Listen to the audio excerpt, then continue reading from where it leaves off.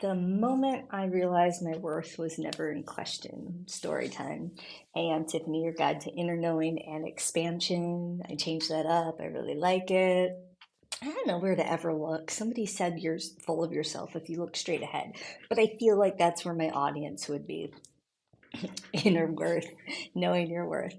So there definitely wasn't a moment. So my blog this week is about we're not broken. Sometimes we need that mental reset to help us understand and become, like, have more awareness of who we truly are, peeling back the layers of the conditioning. And so I thought this would be a great time for story time. In 45 minutes, I am going to do a couples intensive. I've been doing this a long time. Relationships are my jam. Anything to do with them, the whole thing. I love them. It is part of my passion. Excuse me, sorry.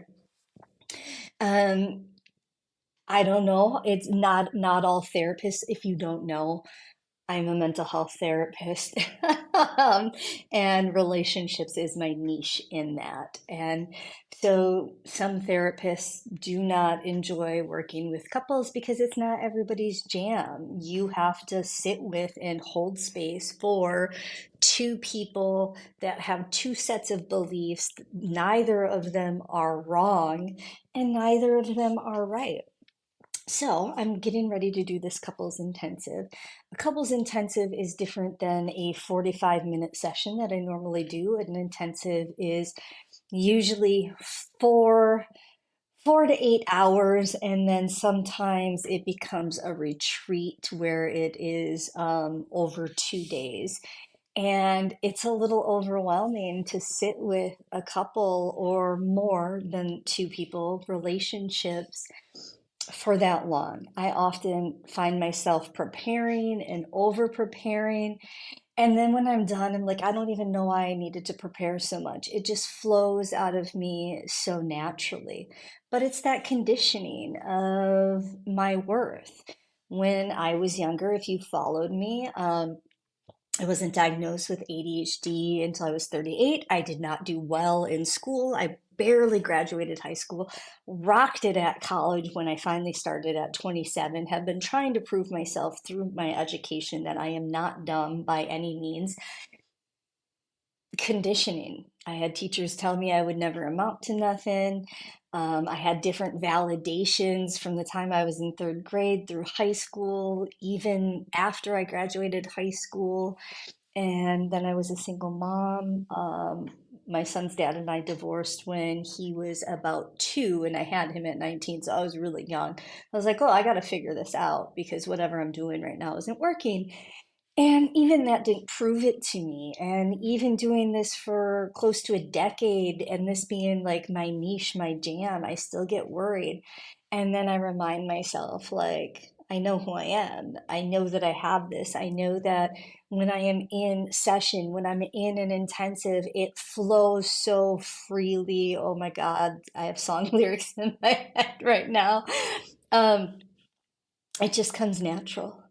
It comes natural to sit with people and help them remember who they are, help them become on the same team in the relationships, help them unpack everything they think that they know about themselves to realize that it was all somebody else's idea and narrative, and to remember who they are at the core, that there is something there, that we are in the universe, that we are everything. And when we connect to that, and this is probably more of a spiritual path that I've been on, but it is reiterated in almost every therapy modality, every religion, every spirituality, that at the core we're connected to something much bigger. And when we can remember that we are everything and nothing all at the same time, that the things that we hold on to, those beliefs about who we are, our beliefs about who our partners are, our beliefs and the things that we fight for to die on this hill because we're right, are often so insignificant at the end of the day, that We kind of have to laugh at ourselves about how, I guess, childish we can be. And there's nothing wrong with childlike curiosity and wonder. That is a joy of life that we get to have that, but it doesn't help us in our relationships when we are stomping our feet and struggling to get through something. And I'm not saying that this is what every couple does, nor am I saying this is what the intensive does. I'm just saying that we hold on to these narratives very deeply and have a hard time letting them go. And at the end of the day, there isn't one moment that helps us realize our worth. It's a collection of our unconditioning, right? Unpacking the things we thought we knew about ourselves, realizing that we change through time, in time, over time, and asking ourselves over and over, does this align with who I want to be and who I am? Not who I want to be, but who I am. And who I am is who I want to be, and there is no timeline. Now I'm getting a little philosophical and maybe a little out there, and I love it. If you love it, drop a comment below and say you absolutely love that kind of shit, because I will give you more of that, because that is my other current passion right now, which probably goes hand in hand with the plant medicine, especially the ones that we do, which is the spirit molecule. I think the other one is considered the God molecule, and this one's considered the spirit molecule. So, have a good one.